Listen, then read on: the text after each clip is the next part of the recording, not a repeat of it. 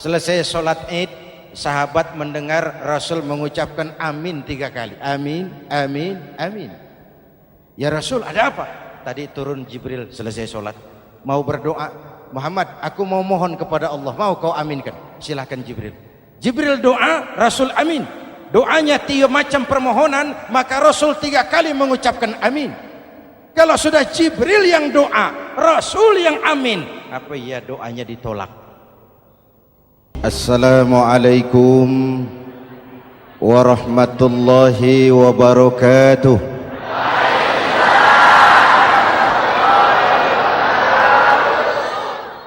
Alhamdulillah, wassalatu wassalamu ala rasulillah Sayyidina Muhammad ibn Abdullah wa ala alihi wa sahbihi wa mawalah, amma ba'du. Saudara-saudara kaum muslimin di seluruh tanah air, hari-hari pada minggu akhir Ramadan kita bersama-sama menyaksikan sebuah fenomena tentang pindahnya kegiatan umat dari masjid ke pasar, dari masjid ke terminal, dari masjid ke stasiun, dari masjid ke bandara. Apa boleh buat, itulah wajah kita. Bahwa lebaran artinya mudik, bahwa lebaran artinya baju baru dan makanan. Lebaran berbeda dengan Idul Fitri. Lebaran adalah tradisi yang setiap kita boleh ikutan. Siapa saja boleh ikut lebaran, tapi tidak tiap orang bisa merayakan Idul Fitri. Mau puasa atau tidak puasa, boleh lebaran. Tidak dilarang sama petugas keamanan. Mau ibadah Ramadan atau tidak melaksanakan ibadah Ramadan, boleh ikut lebaran. Tapi tidak berarti merayakan Idul Fitri, karena selalu ada kos dari apa saja yang kita lakukan. Saya mau cerita, mau dengar nggak? Ada dokter gigi, dokter baru. Satu sore praktek, pasiennya 4 orang nunggu duduk jejeran. Dipanggil pasien pertama, diperiksa, berlubang giginya, dicabut tanpa dibius. Namanya dokter baru. Pasien ini teriak, aduh sakit dok, tidak kuat, sakit. Teriakannya keras sekali. Pasien yang 3 orang yang nunggu gemeter, lari semua.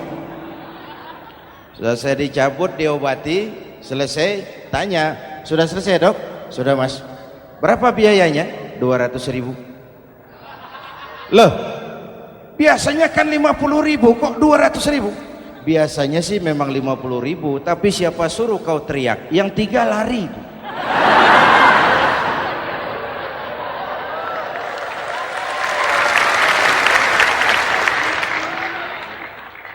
Cerita pendek ini ingin berpesan kepada kita, selalu ada ongkos yang harus kita bayar dari apa saja yang kita lakukan. Mau ibadah atau tidak, mau jadi orang baik-baik atau jadi bajingan paling tengik, mau berbuat salah atau berbuat soleh, selalu ada kosnya, selalu ada ongkosnya. Kita bicara kembali kepada fitrah, Idul Fitri. Bagaimana caranya? Pertama, saya ingin mengutip bagian pendek dari ayat 185 Al-Baqarah. Walitukmilul iddata walitukabbirullaha ala ma hadakum wala'allakum tashkurun. Ada 4 hal dari cuplikan ayat pendek ini. Pertama, walitukmilul iddata, hendaknya engkau sempurnakan jumlah bilangan hari puasamu. Berpuasa sebulan penuh. Sebulan penuh itu bisa 29, bisa 30. Pak, kalau beda pendapat bagaimana? Ada yang lebaran tanggal 5, ada yang lebaran tanggal 6. Hadirin, bagi yang punya kemampuan berijtihad, silahkan melakukan ru'yatul hilal. Bagi yang tidak, lebih aman ikut pesan Nabi. Apa pesan Nabi? Fa iza ikhtalaftum fa alaikum bisawadil a'zam ma'al haqqi wa ahlihi. Kalau kamu berbeda pendapat, ikut golongan terbanyak yang benar dan ahlinya. Jadi walaupun banyak, kalau tidak benar dan bukan ahlinya, tidak usah ikutin. Banyak, benar dan ahlinya. Contoh, 100 insinyur berbeda pendapat dengan 10 kiai tentang doa kunut. Yang diikuti pasti 10 kiai, bukan 100 insinyur. Betul? Atau sebaliknya, 10 insinyur berbeda dengan 100 kiai tentang konstruksi jembatan. Yang diikuti tentu 10 insinyur, benar dan ahlinya. Maka yang paling aman, kita punya departemen agama. Departemen agama punya ahli dari MUI, dari Nahdlatul Ulama, dari Muhammadiyah, dari Al-Wasliyah, dari Syarikat Islam, dikumpulkan melakukan ru'yatul hilal. Yang paling aman, dengeri saja pengumuman Departemen Agama.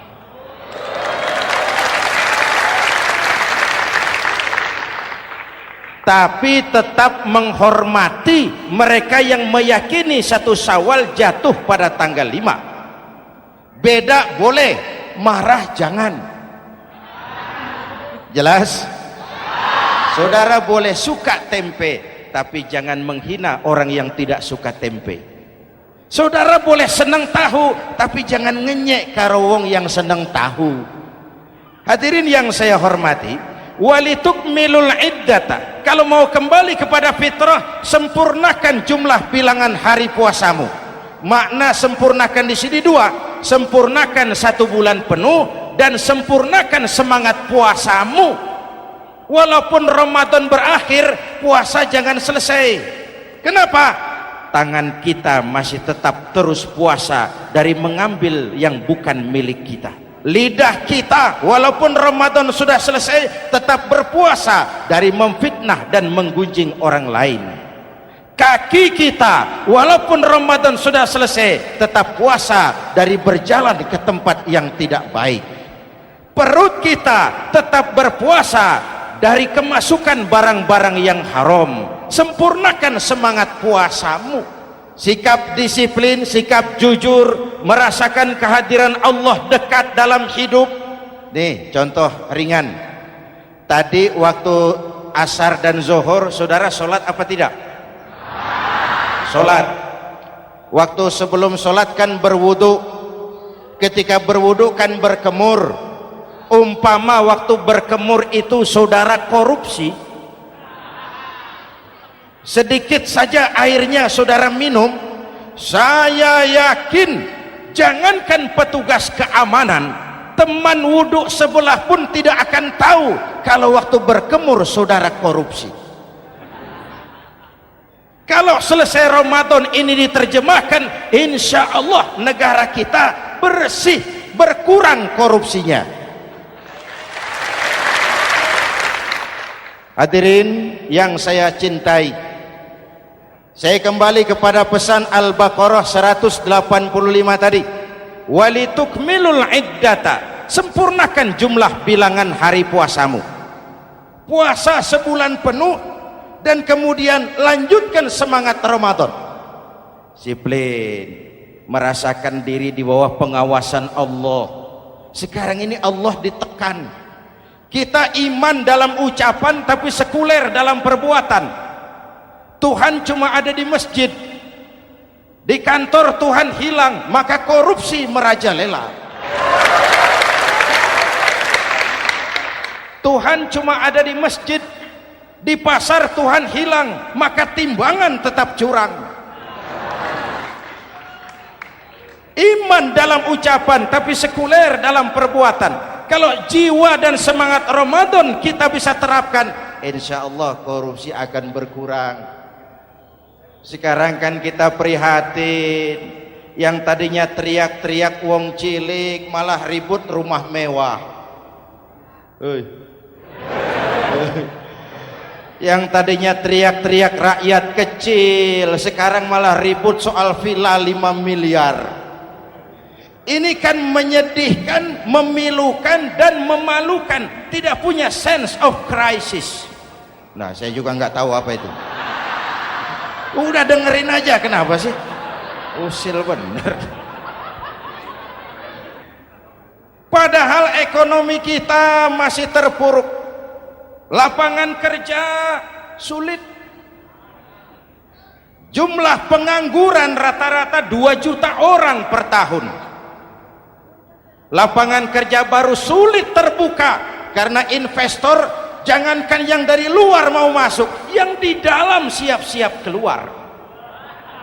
Terakhir kita dengar Sony, pabrik elektronik besar, mau cabut lagi, pindah invest ke Taiwan, menyusul pabrik silet yang di Ciputat itu. Ketika ditanya apa investasi di Cina lebih murah, tidak, dia bilang lebih mahal, cuma lebih pasti. Di Indonesia murah, cuma mejanya kebanyakan, biaya siluman, namanya siluman gak karu-karuan, keluar uang banyak, urusan tidak pasti, capek. Disahkan undang-undang penyiaran yang justru ditolak oleh masyarakat penyiar sendiri. Industri penyiaran bakal kolaps karena sekarang ini boro-boro mereka industri televisi mau break even point, mau pulang modal, dengan ke depan bisa bangkrut. Akibatnya bisa kita pastikan, jumlah pengangguran makin bertambah. Hadirin yang saya hormati, kita memang setuju jangan terlalu mengadopsi siaran-siaran televisi dari luar, kita harus punya filter. Tapi pada sisi yang sama kita juga harus memperhatikan lapangan kerja buat rakyat kita ini. Walitukmilul iddata, sempurnakan jumlah bilangan hari puasamu. Kalau jumlah hari puasa sudah sempurna, tuntunan yang kedua dari Al-Quran, walitukabbirullah, hendaknya engkau agungkan nama Tuhanmu.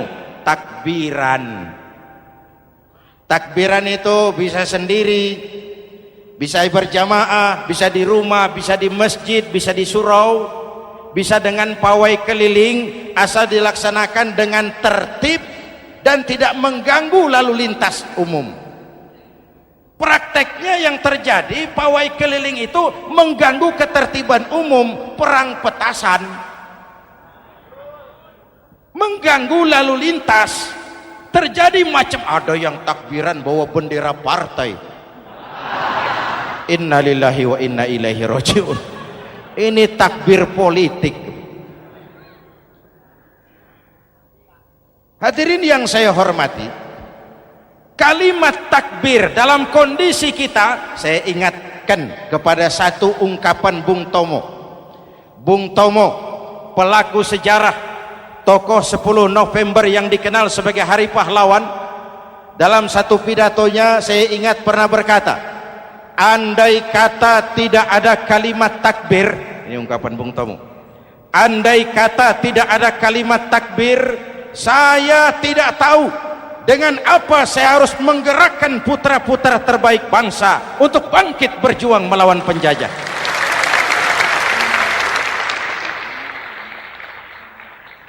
Ketika Allahu Akbar itu londo, kelihatannya kecil, meriam nggak meleduk.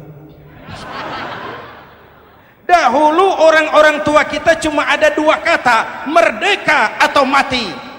Tidak berpikir nanti kalau menang dan merdeka saya jadi wali kota di mana.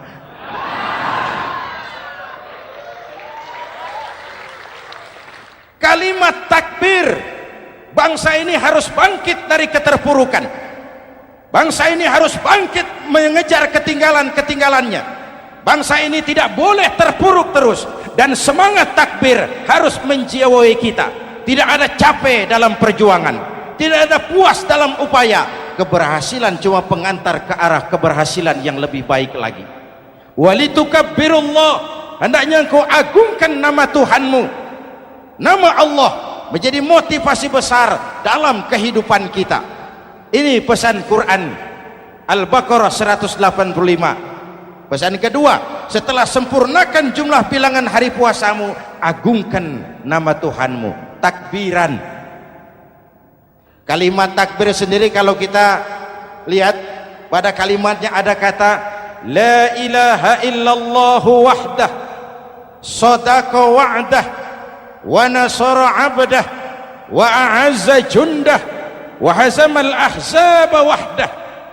Tidak ada Tuhan selain Allah, esa, tidak beranak, tidak diperanakan, wahdah, tidak bisa diumpamakan dengan apapun. Sadaqa wa'dah, Allah yang maha menepati janjinya. Wa nasara 'abdah, Allah yang maha menolong hambanya.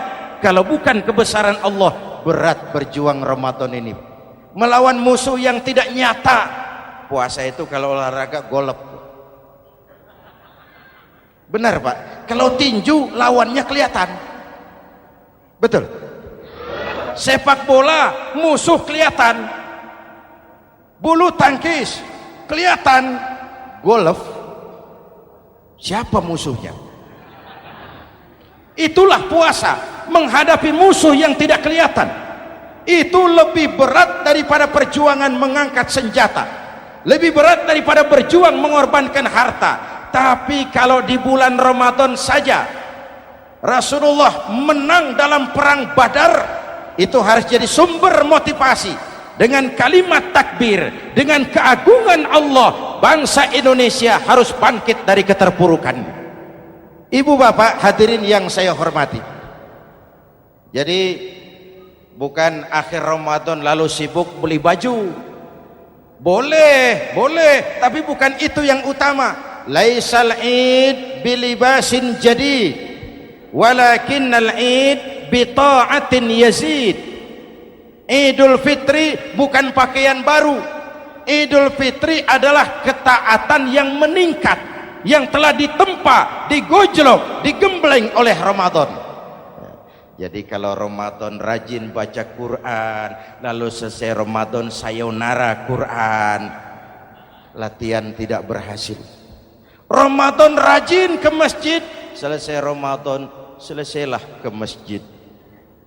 Awal Ramadan full house sampai ke halaman, akhir Ramadan cuma imam berdua tikar.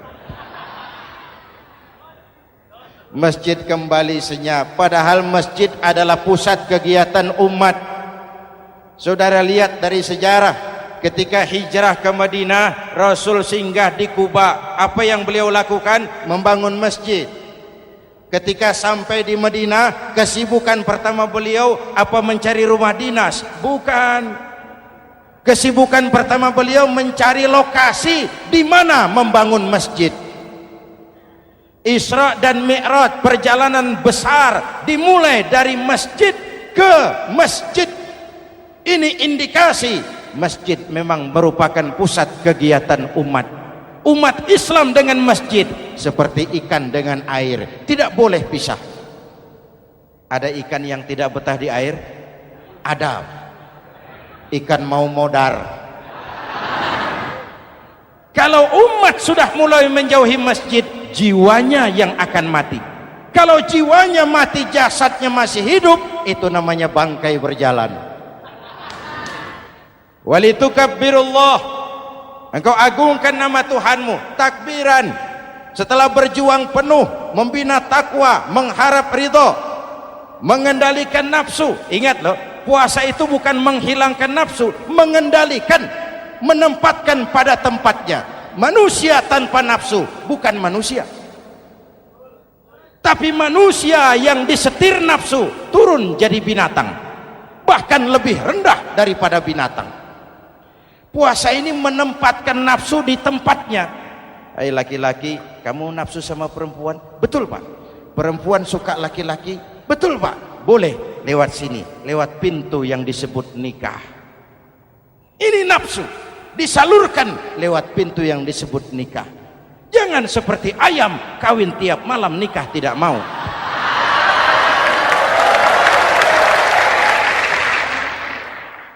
Manusia nafsu kepada materi, kepengen kaya, iya Pak, boleh. Usaha yang halal, jual beli yang halal. Wa ahallallahu al-bai'a wa harrama riba. Allah halalkan jual beli. Jangan ingin kaya lalu makan renten, ingin kaya lalu korupsi, ingin kaya lalu buka peternakan tuyul. Manusia ingin berkuasa, boleh, tapi tetap punya etika dan moral. Jangan ingin berkuasa lalu fitnah, ingin berkuasa lalu mengadu domba orang, ingin berkuasa lalu menghalalkan segala cara. Puasa menempatkan nafsu pada tempatnya. Manusia yang dikendalikan nafsu lebih puas daripada binatang. Saya punya ungkapan lama, sebuas-buasnya kerbau makanannya tetap rumput. Saya belum pernah dengar ada kerbau terlalu buas lalu makan roti. Betul? Tapi manusia kalau sudah dikendalikan nafsu, manusia bukan cuma makan nasi, aspal, semen, kertas, minumnya solar, jauh lebih buas daripada binatang. Inilah puasa, arep nguwongke wong,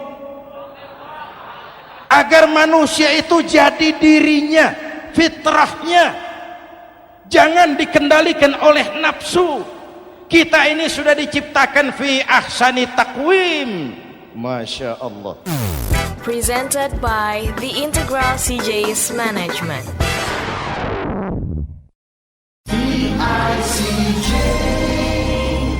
Hadirin, yang ketiga pesan Al-Baqarah 185 tadi. Setelah sempurna jumlah bilangan hari puasa, lalu mengumandangkan takbir, membayar zakat fitrah. Kenapa itu kita lakukan? Mengagungkan nama Allah, ala ma hadakum. Agungkan nama Allah yang telah memberikan hidayahnya kepadamu. Masya Allah nih, hidayah, kita bersyukur. Hidayah ini hak prerogatif Allah, diberikan kepada siapa saja yang dikehendaki oleh Allah.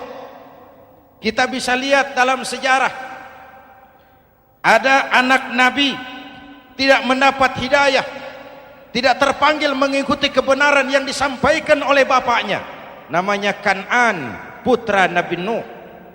Ada ayah Nabi bernama Azar, ayah Nabi Ibrahim, putranya penegak tauhid, ayahnya produsen berhala.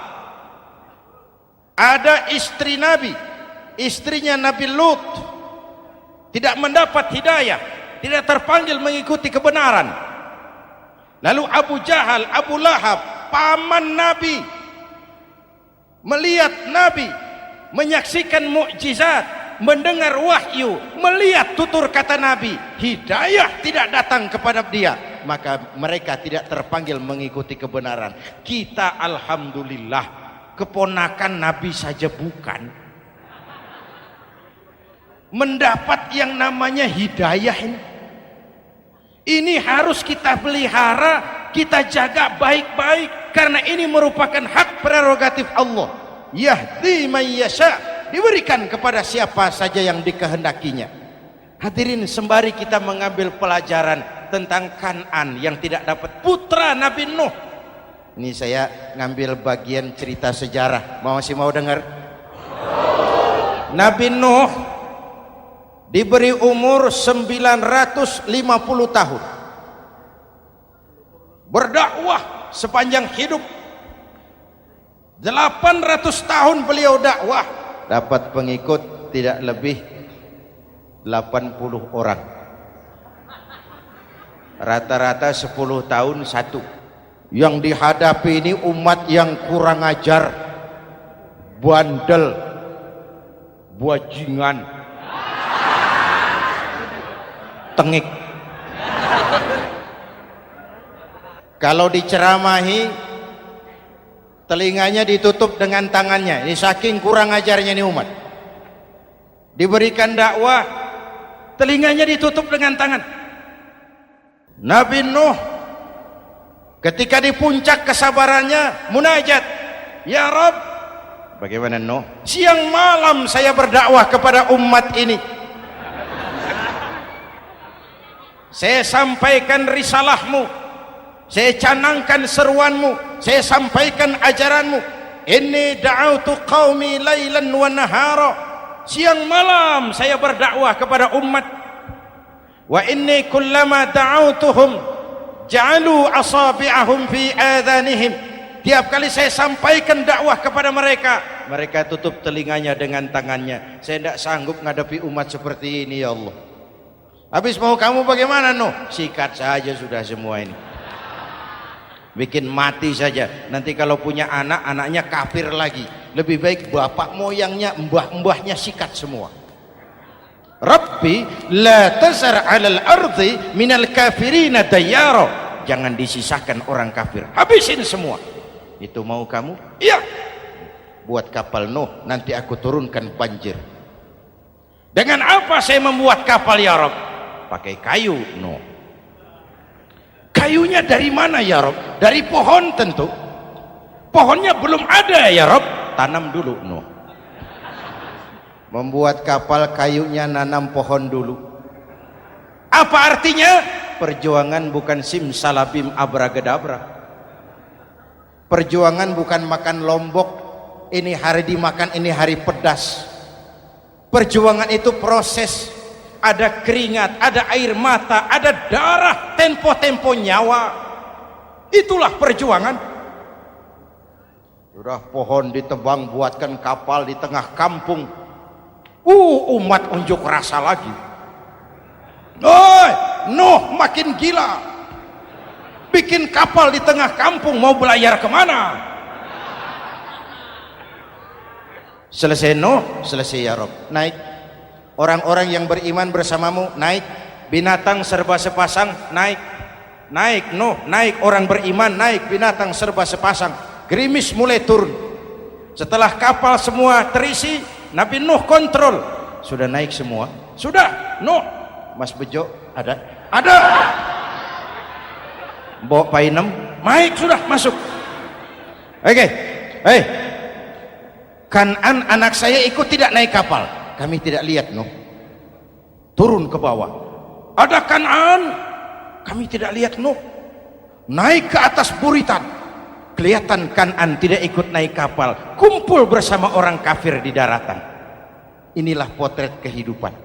Kumpul dengan orang-orang kafir. Berapa banyak anak-anak kita tidak mau ikut orang tuanya ke masjid, kumpul dengan orang-orang kafir di tempat maksiat. Nuh karena sayang kepada anak, dari atas kapal memanggil, ya bunayya rkam ma'ana. Ya, ini bahasa orang manggil, Pak. Kan'an, kesini nak, naik kapal sama papi. Ini terjemahan bebas. Jawab Kan'an di bawah, tidak mau Pak, saya di sini saja. Jangan nak, Allah sedang murka, akan turun banjir. Kalau datang banjir Bapak, sa'awi ila jabalin ya'simuni minal ma'. Saya akan naik ke gunung tinggi yang bisa menyelamatkan saya dari banjir. Kan'an naik ke gunung tinggi, gunung pun tenggelam dihantam banjir. Dalam puncak kepedihan, Nabi Nuh akhirnya sadar, ya Allah, kalau orang kafir tenggelam memang saya yang minta, tapi Kan'an kan anak saya. Nuh, anggap Kan'an bukan anakmu. Wa innahu amalun ghairu salih. Nuh sadar, akhirnya bilang, ana urid wa anta turid wallahu fa'alun lima yurid. Aku punya kemauan, kau Kan'an punya kemauan, Allah juga punya kemauan. Kemauan Allah lah yang akhirnya jadi kenyataan. Nek sekarang juga kita ngadepi musim banjir. Bukan banjir air saja, banjir peradaban-peradaban yang masuk ke negeri kita. Banjir maksiat, banjir munkarot. Kalau kita sudah ke masjid, kita sudah naik kapal, tolong kontrol anak-anak kita. Tolong kontrol tetangga kita. Ayo naik kapal, banjir.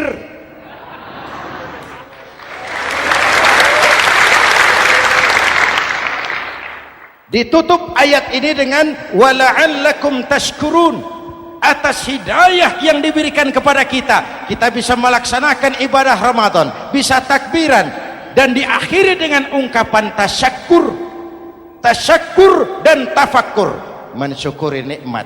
Saya berulang kali mengingatkan, nikmat bisa berubah menjadi azab kalau kita tidak pandai mensyukurinya. Bayangkan Pak, tahun 87-an kita itu jadi negara yang berswasembada pangan. Beras kita cukup untuk rakyat kita. Sekarang kita jadi pengimpor beras terbesar. Kita beli beras ke Vietnam, kita beli beras ke Thailand, ke negara-negara yang lebih kecil dari kita. Kenapa? Karena sawah kita tanami gedung dan beton. La in syakartum la azidannakum wa la in kafartum inna adzabi lasyadid. Kalau kamu bersyukur, aku tambah nikmat. Kalau kamu ingkar, tidak pandai bersyukur, awas, azabku pedih. Maka ungkapan saya, orang kaya bisa masuk surga karena hartanya, orang kaya bisa masuk neraka juga karena hartanya. Syukur apa tidak syukur? Pejabat bisa masuk surga karena jabatannya, pejabat banyak yang masuk neraka juga karena jabatannya. Syukur apa tidak syukur?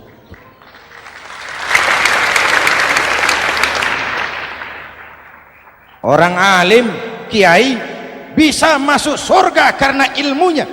Orang alim pun bisa masuk neraka lebih dulu dari penyembah berhala juga karena ilmunya. Syukur apa tidak syukur? Kasih jabatan sebagai pemimpin lalu menyadari sayyidul qaumi khadimuhum, pemimpin suatu umat adalah pelayan bagi umat itu. Pelayan harus melayani, bukan minta dilayani. Selama ini kita memandang jabatan itu jalan pintas menuju kaya. Jabatan itu artinya kekuasaan dan fasilitas, maka yang lahir rampok-rampok baru.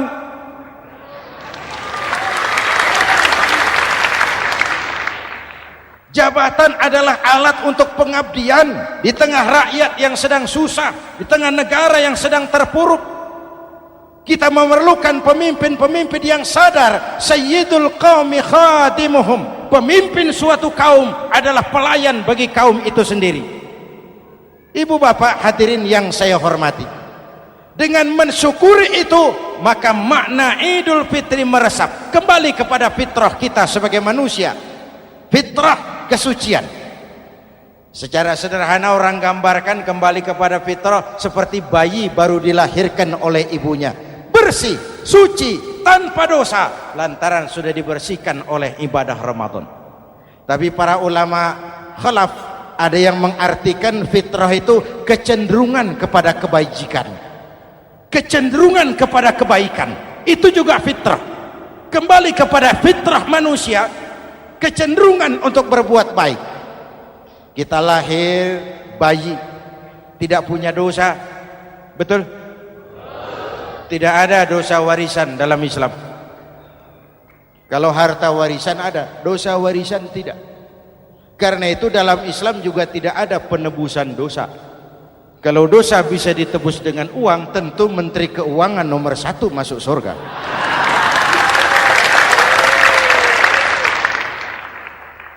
Dosa dalam Islam ditebus dengan taubat, langsung kepada Allah, sonder calo.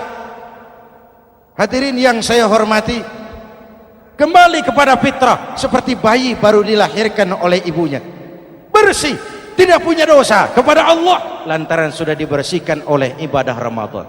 Soalnya kemudian kita kan tidak hanya bersalah kepada Allah, kita ini juga bergaul dengan sesama manusia, betul?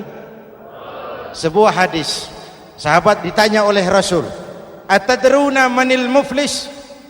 Saudara-saudara tahu kamu siapa orang yang bangkrut? Oh Rasul, orang bangkrut yang tidak punya uang, orang bangkrut yang tidak punya harta. Salah kata Rasul, innal muflisa min ummati, yang bangkrut dari golongan umatku, yang besok di hari kiamat datang menghadap Allah dengan membawa pahala solat, membawa pahala zakat, membawa pahala haji, membawa pahala sedekah pada satu pihak.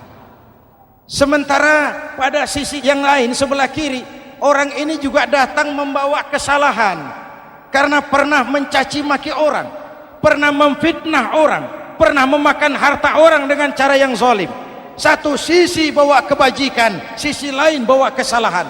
Kalau ini yang terjadi, bagaimana nasib kita? Kata Nabi, Tuhan, ini pahala solat saya, ini solat yang wajib, ini yang sunnah, rawatibnya, nawafilnya. Datang orang, sebentar Tuhan, apa? Dia memang rajin solat, tapi saya pernah dicaci maki, hancur nama saya, remuk hati saya. Di dunia saya tidak bisa membalas karena dia lebih berkuasa. Sekarang saya menuntut keadilan. Betul? Iya Tuhan. Sini pahala solatmu, kasih orang yang kau caci maki. Tuhan, ini pahala puasa saya yang wajib Ramadannya, sunnah 6 hari Syawalnya, Senin Kemisnya. Ini Tuhan. Datang lagi, sebentar Tuhan. Kenapa? Dia memang rajin puasa, tapi saya pernah difitnah tanpa benar, dicorengkan arang ke dahi, hancur nama saya karenanya. Saya menuntut keadilan karena di dunia waktu itu cuma banyak pengadilan tapi tidak ada keadilan. Benar? Benar. Ini pahala solatmu, kasih orang yang kau fitnah. Tuhan, ini pahala zakat saya. Datang lagi, Tuhan, dia memang suka zakat tapi korupsinya lebih besar dari zakatnya. Nuntut keadilan. Sini pahala zakatmu kasih. Kalau habis pahala kebaikan, orang yang menuntut masih banyak, diambillah dosa orang yang kita sakiti, diberikan kepada kita. Pahala dipreteli, dosa diberikan. Apa enggak bangkrut? Ibarat orang dagang, modal habis, tagihan hutang datang terus. Kenapa? Orang ini cuma baik hubungannya kepada Allah, tapi tidak baik hubungannya dengan sesama manusia. Karena itu dalam konteks dengan fitrah, manusia makhluk yang fitrah. Apa fitrah itu? Pertama, manusia makhluk yang bertuhan, itu fitrah. Mengingkari Tuhan, mengingkari fitrah. Yang kedua, manusia makhluk sosial, zon politikan, itu fitrah. Kita tidak bisa hidup sendiri. Betapa dan siapapun kita memerlukan yang lain. Maka nuansa Ramadan intinya adalah silaturahmi. Nuansa Idul Fitri silaturahmi antar sesama kita.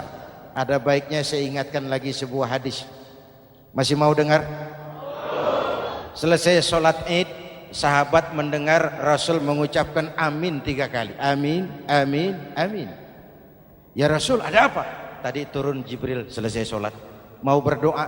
Muhammad, aku mau mohon kepada Allah, mau kau aminkan? Silahkan Jibril. Jibril doa, Rasul amin. Doanya 3 macam permohonan, maka Rasul 3 kali mengucapkan amin. Kalau sudah Jibril yang doa, Rasul yang amin, apa iya doanya ditolak? Apa isi doanya? Yang pertama, ya Allah, doa malaikat Jibril, hari ini 1 Syawal, waktu itu doanya, saya mohon kepadamu, jangan engkau terima puasa dan ibadahnya anak yang durhaka kepada ibu bapaknya. Rasul mengucapkan amin. Renungan buat kita. Itu sebabnya barangkali sesibuk-sibuk di Jakarta masih mau mudik nemui orang tua. Yang kedua, ya Rabb, saya mohon kepadamu, jangan engkau terima puasa dan ibadahnya istri yang durhaka kepada suaminya. Amin. Kedengaran Bu?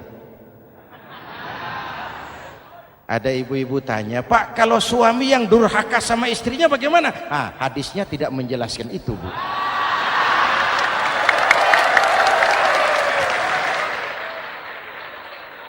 Lo menang sendiri.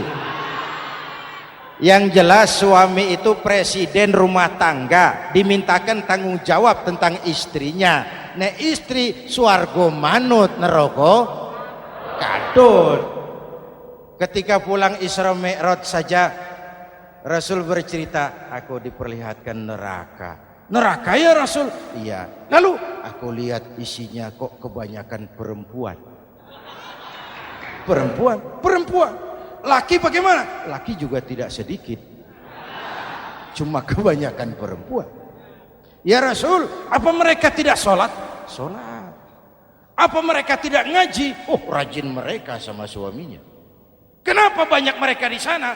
Rasul senyum dan menjawab, hunna yakfurnal asir.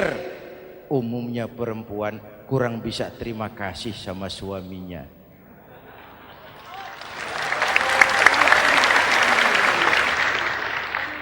Ini penyakit turunan.